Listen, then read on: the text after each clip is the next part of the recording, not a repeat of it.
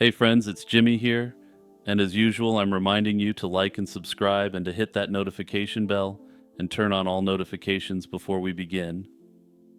Also, remember to drop a comment saying where you're watching from or what you're doing while you listen. In the early hours of Black Friday 2014, a Fort Worth apartment fire led first responders to a disturbing discovery. It was the lifeless body of 31-year-old Ashley Harris, bound hand and foot with duct tape, and her throat slashed amid a deliberately set blaze. This horrifying scene was the start of a chilling crime investigation that would reveal a tale of betrayal, greed, and revenge. When firefighters extinguished the flames in Ashley's apartment, they quickly realized this wasn't a normal fire. Neighbors reported hearing a thud and screams around 7:30 a.m., just moments before fire alarms went off in the building. Investigators found no signs of forced entry, and nothing of value appeared to be stolen. Crucially, the only thing missing was Ashley's key ring, including keys to her home, her car, and the safe for the retail store she managed at the mall. That alarming detail pointed to a targeted slaying rather than a random break-in. But who would want this beloved young woman dead, and why? Ashley Harris wasn't someone anyone expected to be the target of such violence. Friends and family described her as an outgoing woman who made friends easily wherever she went. By 2014, she was thriving as an assistant manager at the American Eagle store in Fort Worth's Hulen Mall. By all accounts, Ashley had no known enemies, at least not until recently, which made the brutality of her death all the more baffling. She was also fiercely loyal to her employer and co-workers, a quality that, unbeknownst to her, would put her in harm's way. That changed just months before her death, when a workplace incident suddenly turned two of her colleagues into bitter foes. 3 months before the slaying, in August 2014, the American Eagle store where Ashley worked was the scene of a major theft. During a busy tax-free weekend, someone sneaked into the store after hours and stole nearly $18,000 in cash from the safe. Ashley pointed investigators to two likely culprits: her co-worker Carter Cervantes and Carter's boyfriend, David Mallory. There was good reason for suspicion. That same night, Cervantes had been seen leaving a back door unlocked, facilitating the heist. Based on evidence from the incident, the company fired Cervantes and Mallory, even as police continued to investigate. After being fired, Carter Cervantes blamed Ashley and never forgave her. In the couple's eyes, Ashley's loyalty to her employer made her a traitor, and they quietly began plotting revenge. In the weeks after their dismissal, Cervantes and Mallory devised a plan to get even and to get rich in the process. Investigators later uncovered text messages in which the pair discussed slaying Ashley to obtain her keys and then raiding the store's safe during the Black Friday rush. For them, Black Friday was the perfect time for a heist, since the safe could hold as much as $50,000 from that day's sales. Also, just based on my personal observations from Black Friday shopping this year, I doubt that the safe would even contain 1/10 of that amount these days. I went down a little rabbit hole on this, and in 2014, about 1/3 of retail purchases were made with cash. In 2025, on the other hand, cash was only used for 1 in 7 transactions, and the cash transactions tended to be for smaller items. It's interesting to think that the financial incentive for this portion of this horrible crime was in essence wiped out completely by technology in a single decade. Anyway, sorry, as I said, I went down the rabbit hole there as I was recording, so let's get back on track. Their preparations underscored how premeditated the crime was. 1 week before the attack, the couple purchased gloves, duct tape, shovels, rope, and a tarp. This cold planning, essentially assembling a kit, showed that the crime was far from a moment of passion. Prosecutors later noted that the duo spent at least a month effectively stalking Ashley like prey as they waited for the right moment to strike. As Ashley headed home in the early morning hours of November 28, 2014, Cervantes and Mallory lay in wait. They tailed her from the mall to her apartment under cover of darkness. Once she was inside, the pair launched their brutal attack. They bound her wrists and ankles with duct tape and then slashed her throat. To cover their tracks, the attackers lit a fire in her bedroom, a last-minute move meant to destroy evidence after their original plan to bury her body fell through. Investigators believe that the couple was unfamiliar with the intensity of heat required to destroy a human body. I've said it once before and I'll say it again. We're lucky that criminals are so stupid. After finishing off this haphazard attempt to destroy the evidence, they then grabbed Ashley's key ring, locked the door behind them, and fled into the night. Initially, investigators had few leads, but they quickly pieced together a trail of clues. One tip proved invaluable. A neighbor noticed a black two-door Infiniti parked outside the apartment complex around the time of the attack. It was quickly discovered that this was a car that none of the residents owned. This stood out because Ashley's boss recognized it as matching the vehicle driven by Carter Cervantes.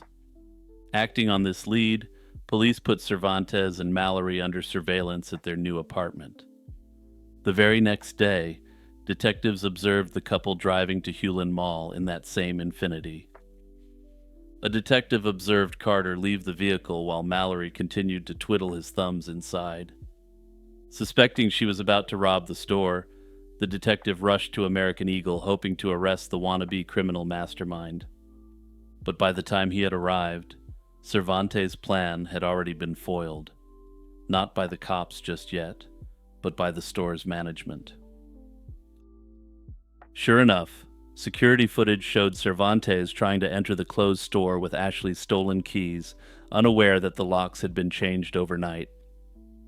Police moved in immediately. Mallory, who was waiting in the car, was promptly arrested, and Cervantes was detained soon after. Subsequent searches of their apartment and vehicles turned up a trove of incriminating evidence. Detectives found the receipt for the items in their little kit, blood on a car floor mat that matched Ashley, and even a weapon stained with Ashley's blood. This indicated she had been pistol whipped during the attack, which you better believe would go on to be a factor in sentencing. By December 4th, within a week of Ashley's death, both suspects were in custody and facing capital charges. The high-profile case went to trial, laying bare the cold-blooded plot against Ashley. Both Cervantes and Mallory pleaded not guilty, but the evidence was overwhelming. In May 2016, a jury convicted Carter Cervantes, and she was sentenced to life in prison without parole. The following year, David Mallory was also found guilty and received the same punishment, life behind bars without parole. Controversially, prosecutors didn't seek the ultimate penalty for the pair, partly due to their lack of any serious prior criminal history, which I have to say is pretty interesting logic considering they were already pulling off heists together prior to what they had done. For Ashley's loved ones, the outcome provided justice, but ultimately little comfort. Her father remarked that the family would have preferred the perps got a taste of their own medicine, though they understood why it wasn't pursued. In the end, these two sick puppies will have the rest of their long lives to rot in prison, knowing that there's no chance for release ever. It took 5 years for Michael Anthony Temple Jr. to die from his gunshot wounds, and nearly another 5 for the perpetrator to be caught. In February 2010, a home invasion in Odenton, Maryland, left 24-year-old Temple gravely wounded and paralyzed, and by 2015, those injuries proved fatal. For almost a decade, the identity of the attacker remained a complete mystery. But a drop of the attacker's blood at the scene, and an innovative genetic sleuthing technique eventually unmasked a monster who was hiding in plain sight. On the night of February 2nd, 2010, two masked intruders broke into a house on Williamsburg Lane in Odenton, terrorizing the occupants and demanding money. One attacker pistol-whipped a male resident, Donald Gagnon, knocking him down and tying him up. The other assailant forced Michael and two women, Margaret Ridgely and Kelly Skarwecki, into the basement. Amid the chaos, Temple refused to be a passive victim. When the intruders ordered everyone to the floor, he fought back, tackling the intruder rather than complying. Temple's resistance sparked a fierce struggle with the armed assailant, while one of the women, Margaret Ridgely, tried to fight off the second intruder. Ridgely was struck on the head, causing her to lose consciousness as the confrontation raged. Moments later, two shots echoed from the laundry room where Temple was grappling with the attack, and he collapsed, gravely injured but alive. The panicked attackers then fled after snatching roughly $2,000 in cash, leaving behind shell casings and a bloody folding knife, critical evidence of the night's violence. Amazingly, Michael Temple survived the initial shooting. He was rushed to a hospital and pulled through, but the damage was permanent. The shots had severely injured his spine, leaving him paralyzed from the chest down. Temple's life and his family's were never the same as he spent the next 5 years in a wheelchair, battling complications from his injuries. On June 18, 2015, those complications claimed his life. Temple died at age 29 from the wounds he had suffered 5 years earlier. His death transformed the case from an assault and robbery into something far more serious. Despite determined investigation, the two masked assailants remained unidentified. Anne Arundel County Police had recovered one of the suspects' blood, but no matches turned up in any database. Detectives periodically appealed for witnesses to come forward over the years, but those efforts yielded few leads. By late 2015, the trail had gone cold, and Temple's family was still waiting for answers. In a bid to revive the case, Anne Arundel detectives turned to emerging forensic technology. In December 2015, they enlisted Parabon Nanolabs to perform advanced phenotyping on the blood evidence. This technique predicts a suspect's physical traits from genetic material. The resulting composite profile suggested the shooter was a fair-skinned male of Northern European descent with green or hazel eyes and brown or blonde hair. Investigators released the DNA-based composite sketch to the public and even offered a $10,000 reward for information, but no useful leads emerged. The real breakthrough came in 2018 with the rise of genetic genealogy, with this case being one of the first in the nation to be solved through this technique. By building family trees from partial matches, they soon pinpointed a promising name: Fred Lee Frampton Jr., a 32-year-old man from nearby Glen Burnie, Maryland. After 8 years of dead ends, the cold case finally had a prime suspect identified through family connections. Once Frampton was singled out by genetic genealogy, police quietly set out to obtain hard evidence. On October 10, 2018, Anne Arundel County detectives tailed Frampton and watched as he sipped coffee and smoked, unaware he was being surveilled. When Frampton discarded a coffee cup in the butt, investigators retrieved both items. When forensic analysts extracted genetic material from the trash and compared it to the crime scene profile, it was a definitive match. This evidence tied Frampton unmistakably to the home invasion and shooting of Michael Temple. Armed with that proof, authorities arrested Frampton on November 1, 2018, charging him with a variety of offenses related to the crime. Confronted with the findings, Frampton sung like a canary during interrogation, confessing to his role in the break-in and shooting and naming his accomplice. The second intruder was 32-year-old Jonathan Ludwig, the man who had tied up the other victims that night. However, Ludwig would never face justice. As police prepared to arrest him, they discovered he had died of an overdose in March 2018. At long last, the two assailants were unmasked. One was in custody, and the other was deceased. In a final twist, the victim's father learned that the attackers had been closer than anyone imagined. Not long after the attack, both assailants had worked alongside Temple Sr. at his construction business, collecting paychecks from the man whose son they attacked. All that time, the grieving father had unknowingly interacted with the very men who caused his son's injuries and later death. Temple Sr. struggled to fathom how the perpetrator stood next to him, hiding in plain sight for so long. Personally, though, I have to speculate that they deliberately sought out a job with the father, perhaps to figure out how much the family knew about the attackers. Since there would be no trial here, though, that's just pure speculation on my part. In 2019, rather than face a jury trial, Frampton pleaded guilty to having committed the crime in the first degree.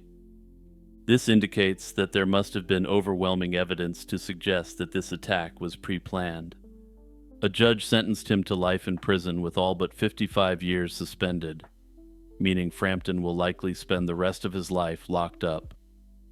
Anne Arundel County's state's attorney emphasized that Frampton was being held fully accountable for taking Temple's life and injuring the other victims during the home invasion. For Temple's family and friends, the conclusion of the case brought a measure of relief after years of anguish and uncertainty. A brutal crime that began on a winter night in 2010 had gone unsolved for years, but relentless detective work and groundbreaking science prevailed.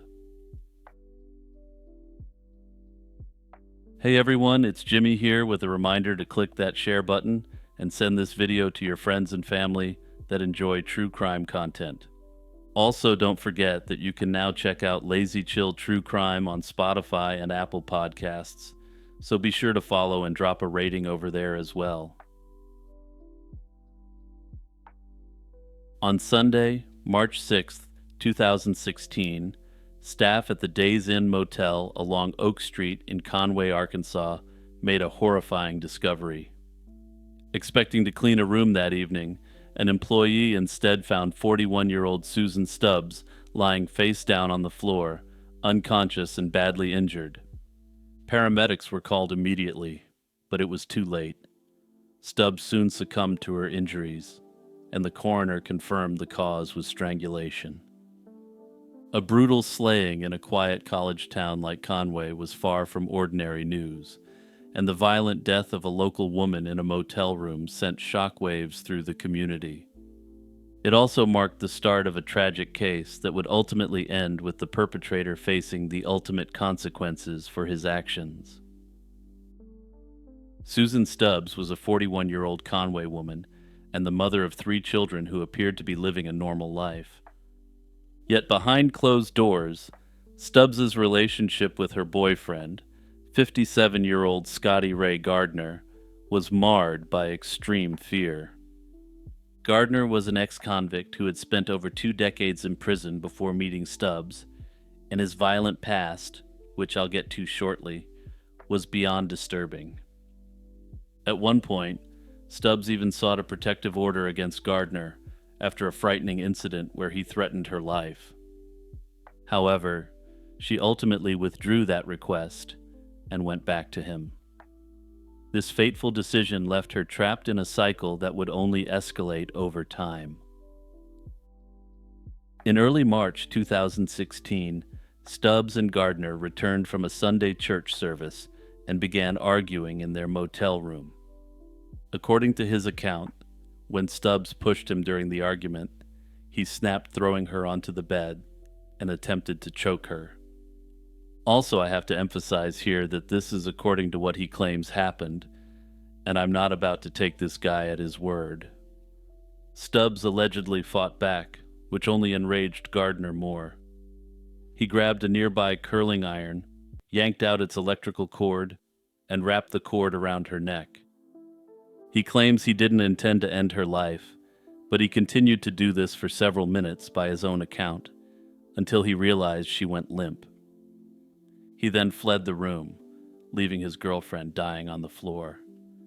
It was hours later when a motel employee finally discovered Susan and called authorities.